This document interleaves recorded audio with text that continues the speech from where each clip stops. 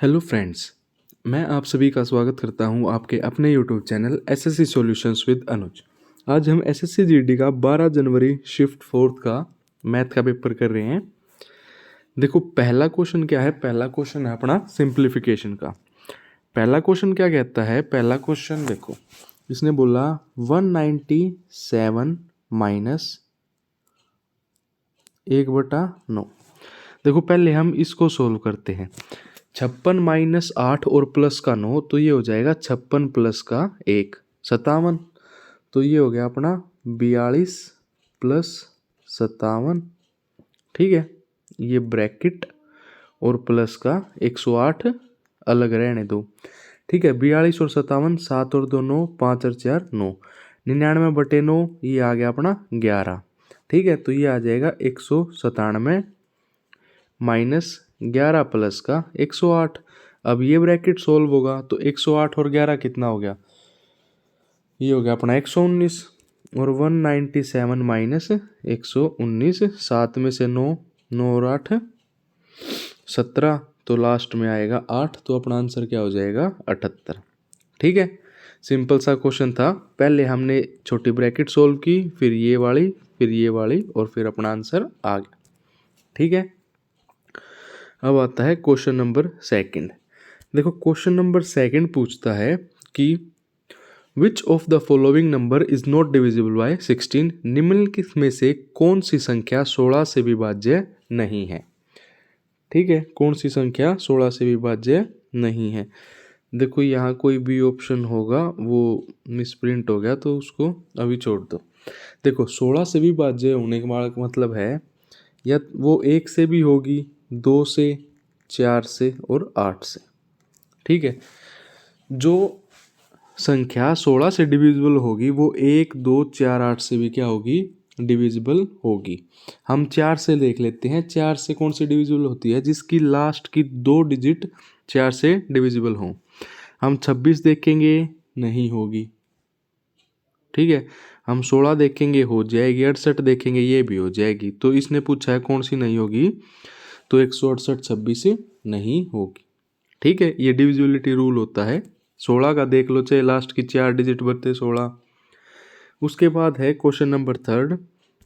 Question number third कहता है दो उम्मीदवारों के बीच एक चुनाव में एक उम्मीदवारों को कुल वैध मतों का 48% मिला, 18% मत अवैध हैं। यदि कुल मतों की संख्या इतनी थी तो दूसरे उम्मीदवार को मिले वैध मतों की संख्या कितनी होगी, ये हमने बताना है। ठीक है, देखो उसने बोला in an election between two candidate.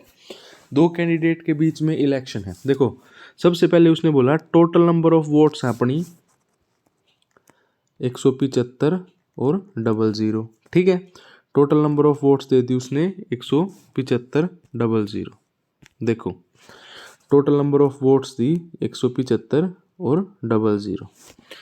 उसने बोला 18% वोट्स क्या है, इनवैलिड हैं। तो वैलिड वोट कितनी होंगी, वैलिड होंगी 82%। तो 82/100 ये अपनी होगी टोटल वैलिड वोट्स।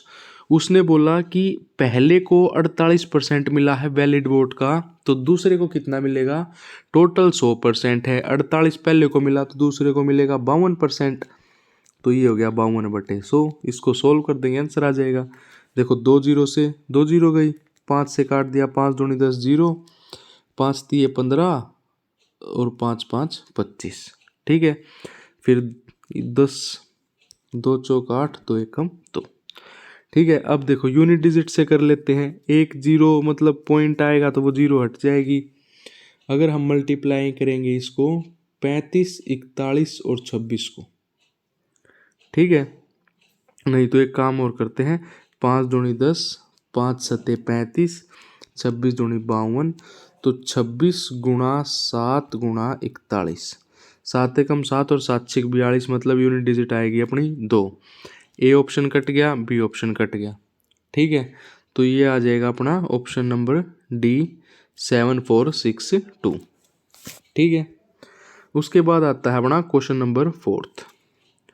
देखो क्वेश्चन नंबर फोर्थ क्या कहता है। क्वेश्चन नंबर फोर्थ कहता है in an election between 3 candidate, 3 candidate हैं जिनके बीच में इलेक्शन है, ए, बी और सी, इन तीनों के बीच में इलेक्शन हुआ। 80% ऑफ द रजिस्टर्ड वोटर्स, ठीक है, voted and all the votes were valid. देखो इसने बोला कि जो 80% हैं उन्होंने क्या किया है, रजिस्टर्ड वोटर्स हैं जिन्होंने वोट करी है और सारी की सारी वोट वैलिड हैं। Candidate B got 50% less than A and the difference between the number of vote secured by B and C is इतना, और जो बी है वो 10% ज़्यादा वोट लेता है सी से। देखो बी 10% ज़्यादा लेता है, मैं मानूँ 10% होता है 1/10, अगर इसको 10 मिली तो इसको ज़्यादा मिली तो 11, और इसने बोला है ए डबल लेता है बी से, तो अगर बी की 11 है तो ए की होगी 22, ठीक है। अब हम तीनों का सम करते हैं, 22, 33 और 10 43। ये जो 43 रेशो आया है अपना, ये किसके बराबर होगा, ये जो 43 रेशो आया है ये किसके बराबर होगा। देखो उसने बोला है कि इन दोनों का जो डिफरेंस है ना वो 1 है और वो बराबर है अपना 10,000 के, तो 43 बराबर होगा 43 और 4 0, ठीक है। और ये कितनी वोट्स हैं, 80% हमने निकालनी है 100%, तो 80% होगी, देखो इसके बटे 80 और गुणा 100, ठीक है। 20 चौक 80, 20 पंजे 100, इसको सोल्व करेंगे, 4 एकम 4 0, 4 सत्ते 28, 4 पंजे 20 और 0, ये आ गया अपना 107,500 इंटू 5, ठीक है। अब देखो 00 तो आएंगी, ठीक है, 5 5 25 का 5 भी आएगा, तो ये अपना आंसर हो जाएगा 537500, ठीक है। अब आता है अपना क्वेश्चन नंबर 4, ये हिंदी में था, देख लेना। क्वेश्चन नंबर 5, देखो इसने बोला एक व्यापारी को किसी वस्तु के अंकित मूल्य पर 20% की छूट देने के बाद 12% का लाभ होता है। यदि कोई छूट न देकर वह वस्तु अंकित मूल्य पर ही बेची जाए तो उसका लाभ प्रतिशत ज्ञात कीजिए, ठीक है। देखो अगर रेशो मेथड से करना है तो रेशो मेथड कर लो, नहीं तो इसका एक सिंपल सा फॉर्मूला होता है। देखो दोनों मेथड बताता हूँ। उसने बोला एक ट्रेडर जो है वो 12% गेन करता है after allowing a discount of 20%, ठीक है। मैंने इसका MRP मान लिया 100, ठीक है। अगर वो 20% डिस्काउंट देता है तो SP कितना हो गया इसका 80, और वो फिर भी 12% कमा रहा है, 12% कितना होता है 12/100, ठीक है। 4 तिये 12 और 25 चौके 100। अगर CP 25 है तो SP कितना होगा 28। अब SP यहाँ 80 है, यहाँ 28 है, तो इसको सेम कर दो, इसको सेम करके निकाल लो, नहीं तो सिंपल सा रेशो देखो, सिंपल सा एक फॉर्मूला होता है कि MP/CP का रेशो निकालते हैं। ऊपर MP है ना तो इसके सामने आएगा 100 माइनस डिस्काउंट, और CP है तो इसके सामने आएगा 100 प्लस प्रॉफिट, और अगर लॉस होगा तो 100 माइनस लॉस, ठीक है। अब इस फॉर्मूले में हम पुट कर देते हैं। मैंने लिखा ऊपर MP और लिखा CP। अब देखो डिस्काउंट कितने का 20 का 80, और प्रॉफिट कितने का 12 का 112 का। 4 दूनी 8 0, 4 दूनी 8, 4 8 32, 4 पंजे 20, 4 सत्ते 28, तो 7/5 आया। कितना आया 7/5, तो कितने का 2 का, किस पे 5 पे, गुणा 100, तो ये 20 और 20 दूनी 40%, ठीक है। इसको ऐसे भी कर सकते हो, नहीं तो ऊपर से सिंपल कर लो। 80 से कितना 112, कितने का फायदा हुआ इसको 32 का, किस पे 80 पे, गुणा 100, जब भी 40% ही आएगा, ठीक है।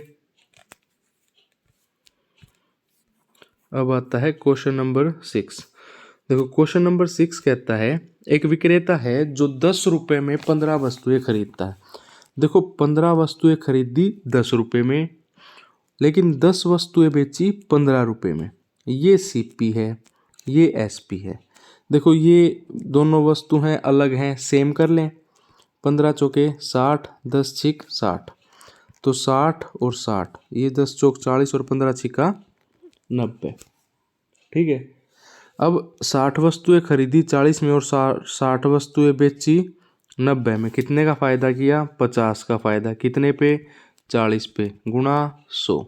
ठीक है, 20 दूनी 40 और 20 पंजे 100, ये आ गया अपना 25 और 25 पंजे 125% अपना सही उत्तर आ जाएगा। ठीक है, उसके बाद आता है अपना क्वेश्चन नंबर 7।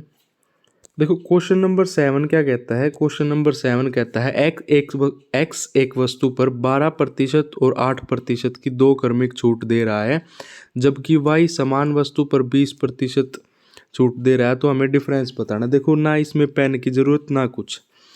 देखो दो वो दिए हैं डिस्काउंट, सक्सेसिव लगा दोगे। 12 + 8 20 - 12 8 96/100, तो 0.96 डायरेक्ट आंसर आएगा 0.96। देखो कैसे आया,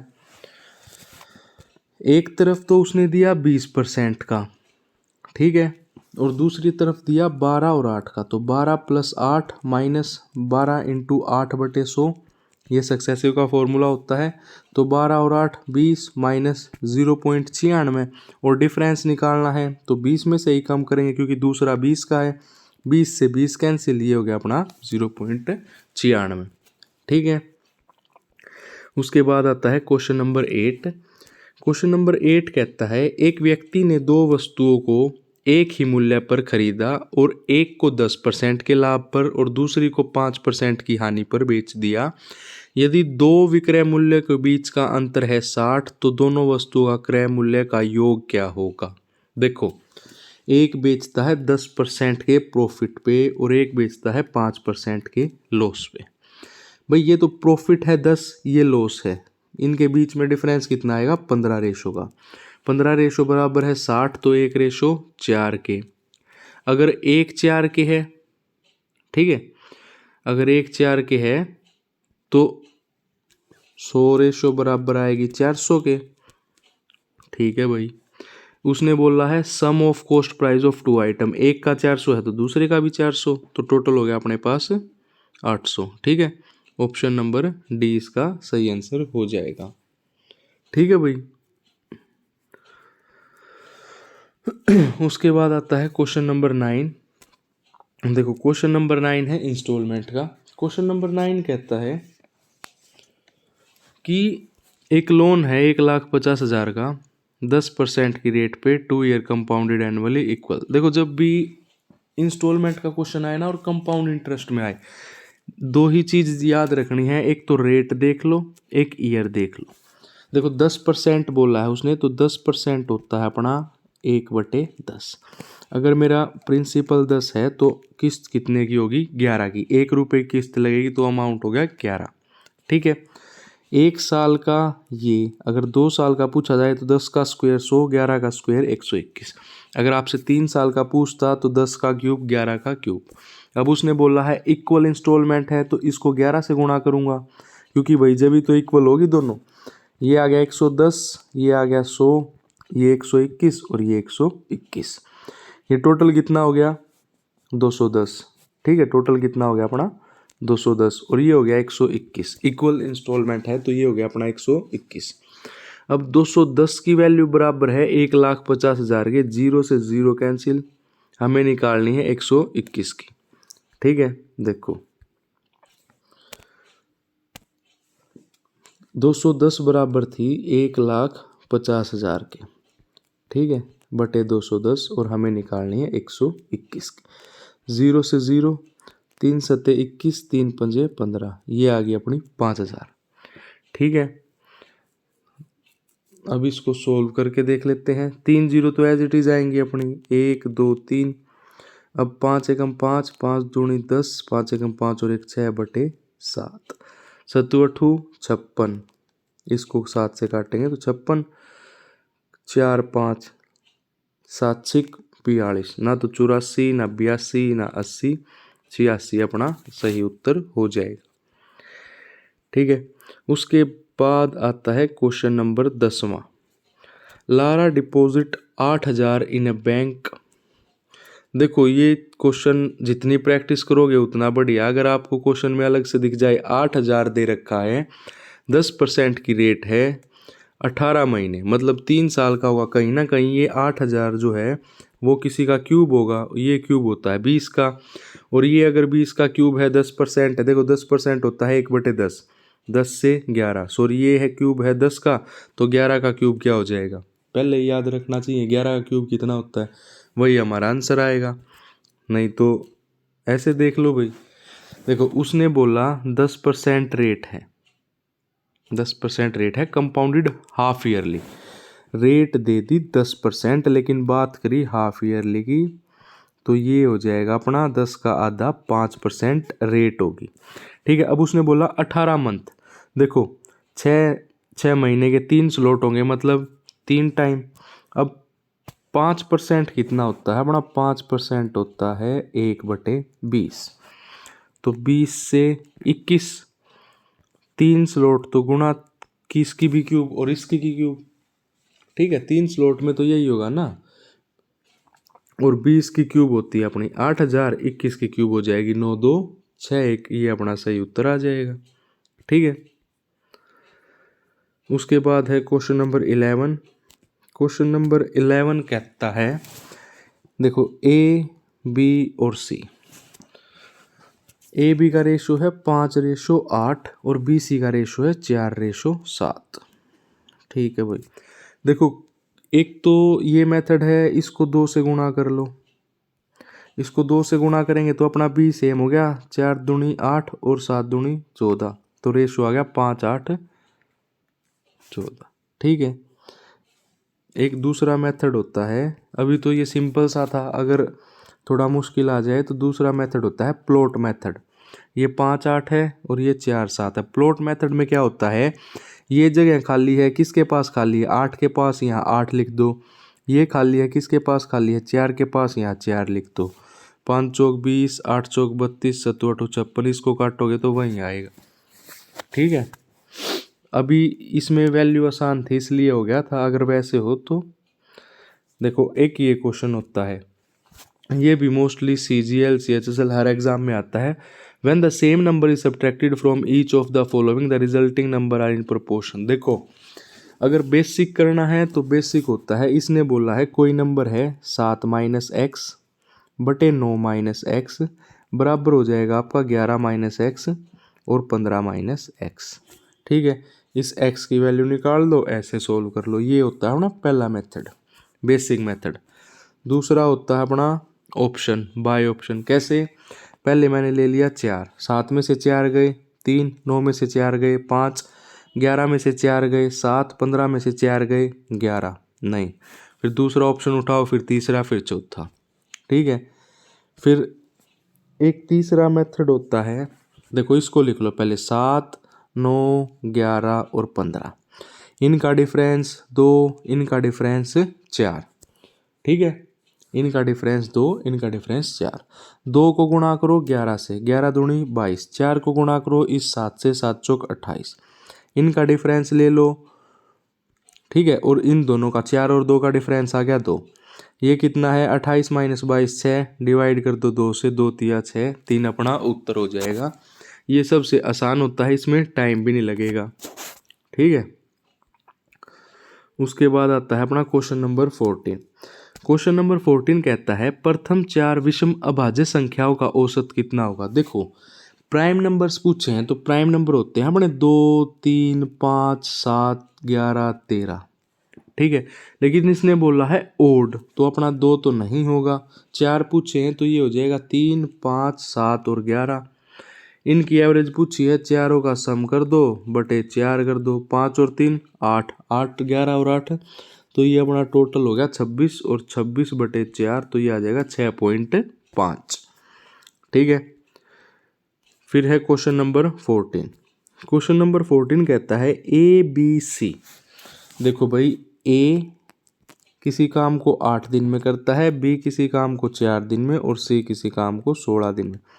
सबसे पहले निकालते हैं हम टोटल वर्क, 16 आ जाएगा, 8 दूनी 16, 4 चौक 16, 16 एकम 16। हाउ मैनी डेज, यदि ए को हर दूसरे दिन बी और सी दोनों से सहायता मिलती है तो ए को संपूर्ण कार्य को पूरा करने में कितने दिन लगेंगे।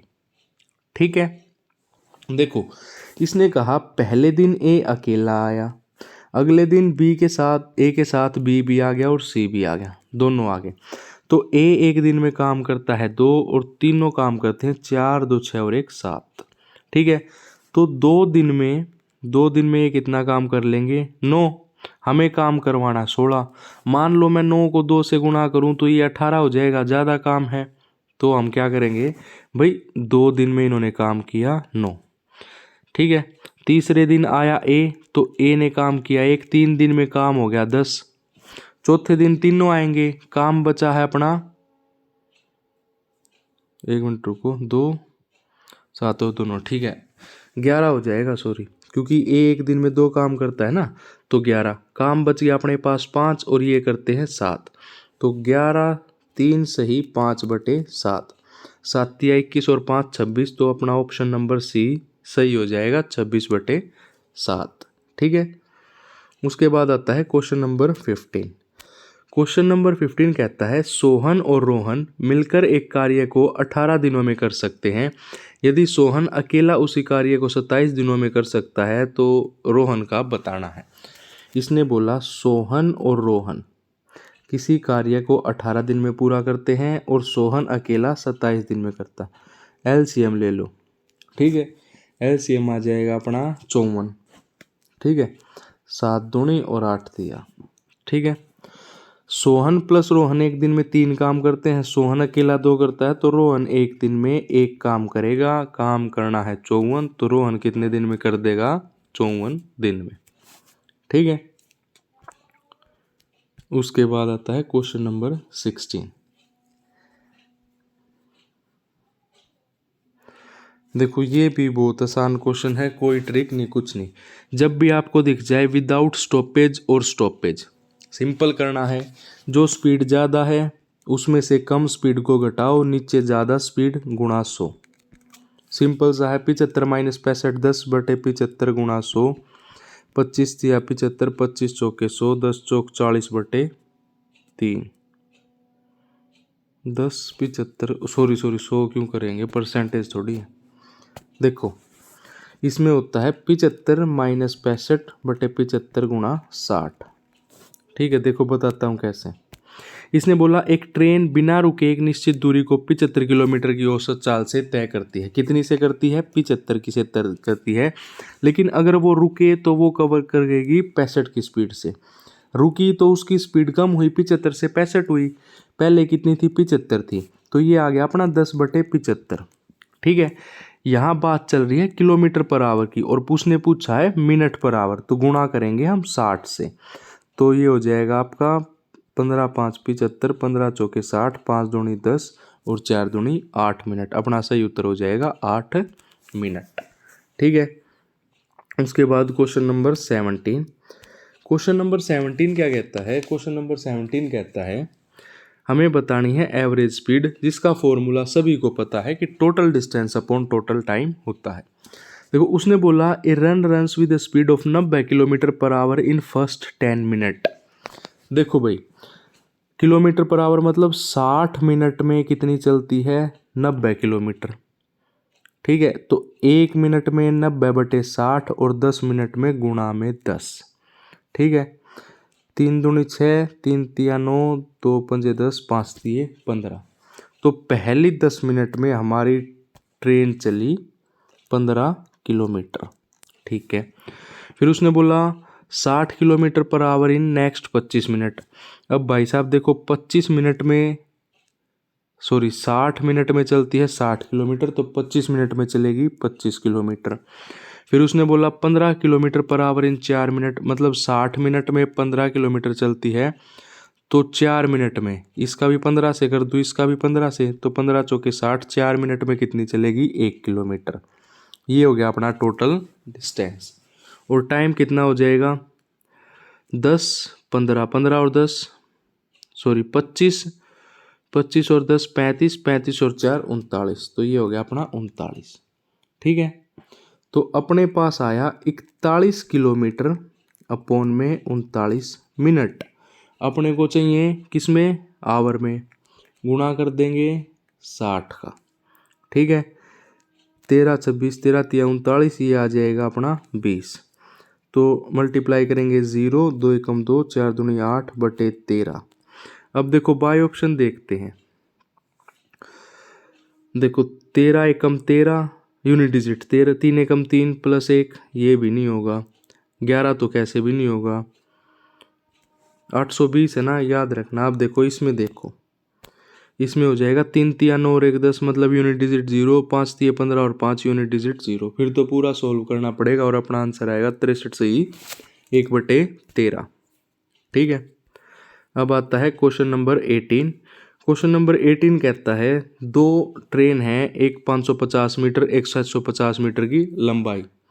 तो टोटल डिस्टेंस मतलब दोनों ट्रेनों की लेंथ लेंगे जो कि आएगी अपनी 1200 मीटर। ठीक है। उसके बाद इसने बोला पैरेलल में है तो दोनों की स्पीड ऐड हो जाएगी, रिलेटिव स्पीड ये होगी अपनी 108। ठीक है। बात चल रही है किलोमीटर पर आवर की, आंसर चाहिए सेकंड में, गुणा कर दो 5/18 से, नीचे 5 और ऊपर आ गया अपना 18। काट दो 9 एकम 9 9 दूनी 18 9 दूनी 18 2 6 12 6 दूनी 12 200/5 5 चौक 20, उत्तर आ गया 40। ठीक है। उसके बाद है क्वेश्चन नंबर 19। इसने कहा एक ट्रायंगल है जिसकी दो इक्वल साइड है। ये हमने मान लिया एक ट्रायंगल दो इक्वल साइड मान ली। दो इक्वल साइड कौन से ट्रायंगल की होती हैं? जो ट्रायंगल आइसोसेलेस ट्रायंगल होता है उसकी दो इक्वल साइड हैं, और जो तीसरी साइड है वो 1.5 टाइम्स है किसी भी साइड की।